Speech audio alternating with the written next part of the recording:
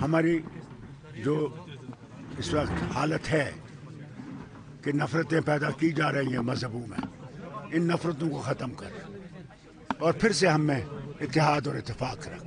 जितना मुझसे मांगा गया मैंने मांगा अल्लाह से कि रहम कर, इन मुश्किलों से हमें निजात दे, और जो इस पे लगे हुए हैं कि नफ़रतें बढ़ाई जाएं, अल्लाह उनके इन रास्तों को बंद कर। जो सिक्योरिटी काउंसिल के हिदायतें थीं उन पे इजराइल को काम करना चाहिए और वहाँ सीज फायर करना चाहिए, क्योंकि मुसलमान को समंदर में नहीं फेंक सकते। 24 करोड़ मुसलमानों कहाँ फेंकेंगे?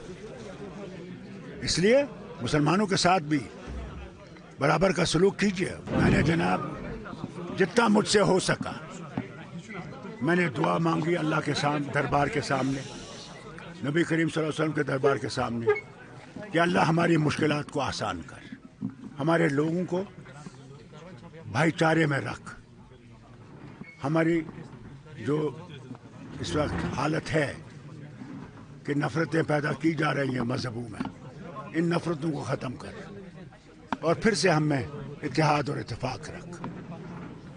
यही सबसे बड़ी चीज़ है। डॉक्टर साहब, क्योंकि जिस सफ़र से आप आए हैं वहाँ लोग कंधे से कंधे मिलाकर बिना किसी जात पात के रहते हैं, लेकिन बदकिस्मती से हमारे मुल्क में जो नफरतें फैलाई जा रही है, वो सर्वे के ऑर्डर्स निकाले जा रहे हैं जो हमारे सदियों पुराने, हज़ारों पुराने, अगर राजतरंगी भी देखेंगे 5 से 7,000 साल पुरानी हिस्ट्री है यहाँ की। अब रिलीजियस प्लेसों की सर्वे के बारे में बात की जाए, यही तो मुसीबत है।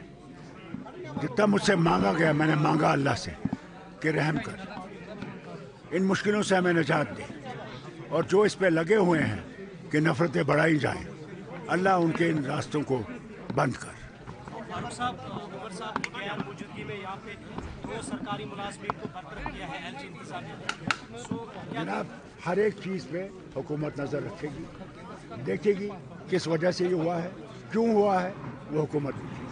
डॉक्टर साहब, जो सीज फायर हुआ है लेबनान और इजराइल में, इस तरह की उम्मीद रखेंगे एक इम्पैक्ट पड़ेगा? देखिए ये एक अच्छा कदम है कि इजराइल और लेबनान में सीज फायर हुआ, मगर बहुत ज़रूरत है कि जो गाज़ा में आज भी हमले हो रहे हैं, जिसमें अमेरिका और इजराइल मिल के कर रहा है, शाम पे, ईरान पे, ये ख़तरनाक चीज़ है, और इसके लिए भी इनको सीज फायर फ़ौरन करना चाहिए। आपने डिबेट सुनी होगी सिक्योरिटी काउंसिल में जो हुई, और अगर उस सिक्योरिटी काउंसिल का कोई मकसद है, जो सिक्योरिटी काउंसिल के हिदायतें थीं उन पे इजराइल को काम करना चाहिए और वहाँ सीज फायर करना चाहिए, और जो ह्यूमनिटेरियन एड है उसको आने देना चाहिए उन इलाकों में। संभल जैसा वाक़ा जब यहाँ हिंदुस्तान में होता है और साथ में एक मुक़द्दस दरगाह जो है अजमेर शरीफ, उस पर भी सवालिया निशान खड़े हो जाते हैं, तो एक मुसलमान अनसेफ फील कर रहा है इस टाइम अपने ही मुल्क में। ज़रूर, इसमें कोई दो राय नहीं है, अनसेफ कर रहा है, मगर इसको मैं हुकूमत हिंदुस्तान से कहूँगा इसको बंद करो, क्योंकि मुसलमान को समंदर में नहीं फेंक सकते। 24 करोड़ मुसलमानों कहाँ फेंकेंगे? इसलिए मुसलमानों के साथ भी बराबर का सलूक कीजिए। वही हमारा आईन है। आईन में कोई फ़र्क नहीं है किसी मज़हब में, किसी ज़बान में, सब बराबर हैं यहाँ, और उस चीज़ को इनको याद रखना चाहिए। अगर आईन को इनने तितर बितर किया फिर कहाँ हिंदुस्तान रहेगा? रिजर्वेशन का भी हम इनसे कहेंगे, रिजर्वेशन पे इनको देखना चाहिए कि ज़रूर है जो नीचे गिरे हुए वर्ग है उनको रिजर्वेशन होनी चाहिए, इसमें कोई शक नहीं है, तभी उठेंगे। इसलिए तो रिजर्वेशन रखी गई थी, इनको बराबरी पे लाया जाए, इसको देखना चाहिए, बराबरी देखना चाहिए। सरकार को चाहिए कि वो जो एलजी एडमिनिस्ट्रेशन है उनसे एक रिपोर्ट मांगे कि कितने लोगों के एडवाइजरी रिपोर्ट्स हैं, किन किन को अभी नौकरी से बाहर निकालने का उनने अपना प्रयास किया। ये सवाल आपको हुकूमत से करना चाहिए, उमर साहब से करना चाहिए। को निकाला गया है 2 जो सरकारी, यह मैंने सुना अभी, उस पर भी हुकूमत देखेगी किन वजहों से निकाला गया, क्या वजह है। ये कोई ऐसे नहीं निकाल सकते हैं, इसलिए देखा जाएगा इंशाअल्लाह।